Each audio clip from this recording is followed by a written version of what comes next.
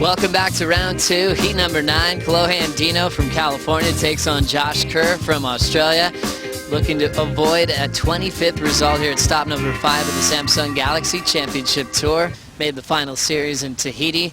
This would be the event where you'd think he could go all the way. During the break pots, Kersey already got started. Yeah, nice little barrel there from Josh. Fights his way out through, back out on the open face.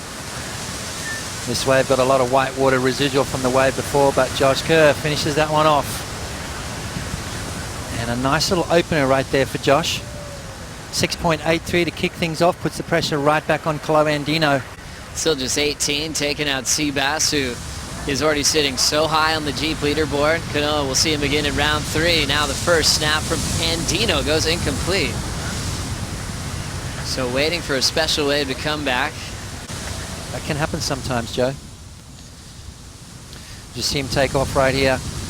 Nice vertical snap and then just plugs the nose in and goes over the handlebars. So a bit of a mistake right there for Kolohe Andino. See if his weight was a little bit too far forward. See how he was looking down the line right there? You can see he's looking over his shoulder to see what the wave was going to give him. Surfing behind boats, doing everything, very active in the action sports world. This is Andino looking to recover. Little power jam to get down the line, sits on the roof, big float. Little off balance on the landing, but he comes down with it. His best score so far. That's when you see every maneuver at Cloudbreak being so powerful, being a pretty hard impact zone. A backside float is a very committed maneuver in conditions like this.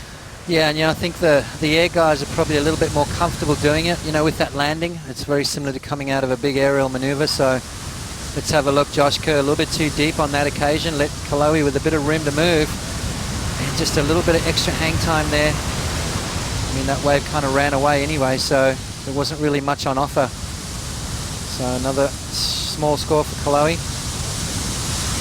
Almost made it right there to get down, and he needed to stick that to get that rail back in the water to maybe try and get around that section, but I think it was a little bit too quick anyway. Maybe a little bit more hang time than he actually wanted to. Tail tapping drop here. Let's see the landing. Just lost his balance just a little bit right there. And that wave kind of ran away. So Kolohe still looking for his first solid score, Joe. I think it's anyone's game, really. They're both amazing in the air. They've both got a huge strike rate. Here goes Kolohe. Andino now with a 3.67 on his last, looking for a 3.17 for the lead. Slams on the brakes, pulls into the barrel. It's a small inside section. Beat a couple of tough sections, but ends up going down. These guys are known for their air work, but usually it's not every single section. What happened on this last left for Andino? Well, Kolohe just looking for something special here, trying to get nice and deep in this little barrel here, travel time, but then kind of went a little fluffy on the end there. He's got a quiver of boards that has a little less rail, so a little knifier, so he's going to be able to hold a rail, and that was the big talk before he got here. Obviously he's got the turn and the bowl, but I think he's also got a quiver for when it's big and barreling, so that's going to be interesting to see that matchup. Good man Strider catching up with Josh Kerr. He'll just eject on the floater finish on the inside corner. The Waz smoothing reports from the channel and also on land, talking about some key matchups to come in round 3. Next wave setting up for Kolohe. A big power hack off the top. Carves it. Wave sloping out for just a moment. Now a classic little backhand float onto the reef for a finishing move. Josh Kerr with a 4.40, Kolohe Andino. Let's have a look at Kersey's wave first. Nice opening snap right there from Josh. Straight into the next turn. The wave goes a little flat, so he's got to do some rail work here to get this thing through the inside. Another little turn as it goes super shallow, and then just decides to give it away. That was could have been quite a dangerous little dismount right there, but Kolohe Andino has just locked in the best score of the heat right there from that one single smash on the left. Beautiful turn to start this wave. Kolohe always dangerous in these kind of conditions. So a great exchange here in round 2, heat number 9. Andino 7.17 with a high number in this heat. Josh Kerr in position on a solid one out the back. Kersey off the bottom, stalls mid-face, pulls into the barrel. Perfect exit. Now stretch out that backhand cutty. Back into the rebound section. The wave goes flat and he kicks out. So Kersey packing the barrel to try to answer back to Andino's 717, purely on those power hacks in the pocket.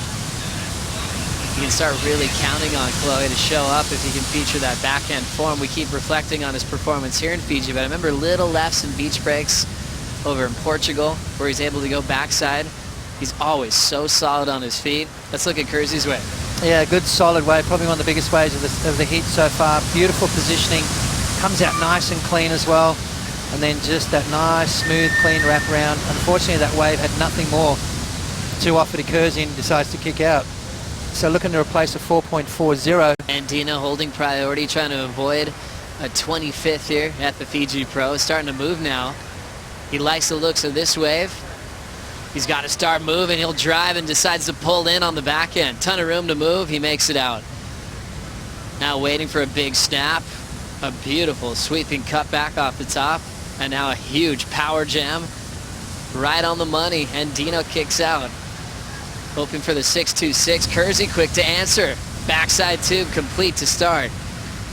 Here comes his fading cutback.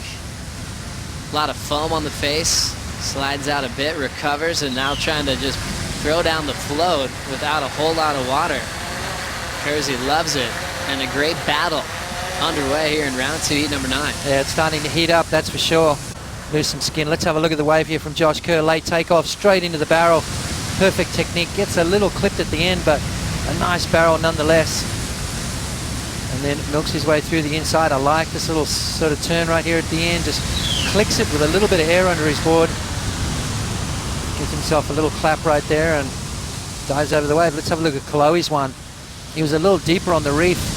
You could see him the whole way though. Didn't quite disappear. Thought he was going to go back in there again, but decided then to just unload some big turns. So nice clean surfing from Kolohe. At the moment looking for a 6.26, but after that last exchange we might see the situation change, Joe.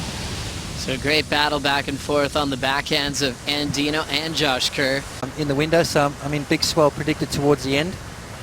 I'm excited. I mean, I want to see cloud break bombing. Now having a look, Josh Kerr pulls in. Nice exit there as he gets barreled one more time. Sweeping cutback in the open face. Stand a bit full out front, so another fading cutback. Now off the lip. Slams it shut on the inside corner. Kersey looking to improve on a 6.83. All of a sudden, I mean, we've had a great start from the young guns, but to tell you what, the old dogs have come back. Kelly Slater looking good, Mick Fanning looking sharp, Taj Burrow as well.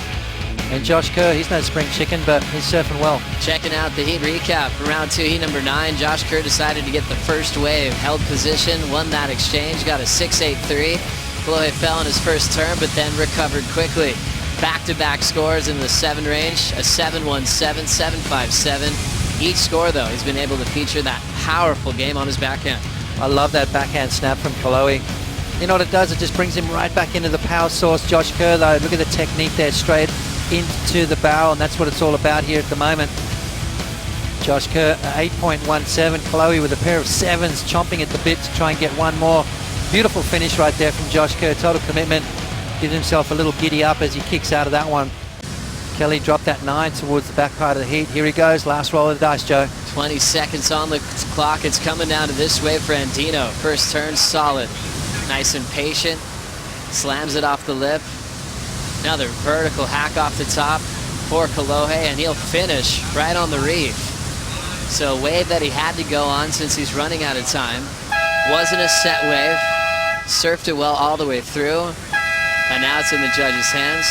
Josh Kerr sealed the deal with that 8.17. I think Kolohe's going to come up a little short, Joe. 7.44, that's a huge score. It's a smaller wave as well.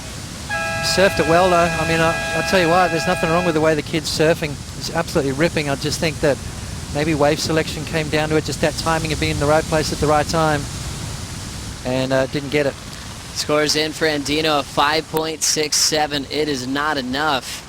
After an explosive round 1 meeting with Kelly, got sent to second round, came out blazing with back-to-back 7 Rangers, but still not enough to take out Josh Kerr. Josh getting barreled on his backhand, proved to be tough to beat, and ended up keeping that first wave, coming down to making that decision to dominate the opening exchange of competition.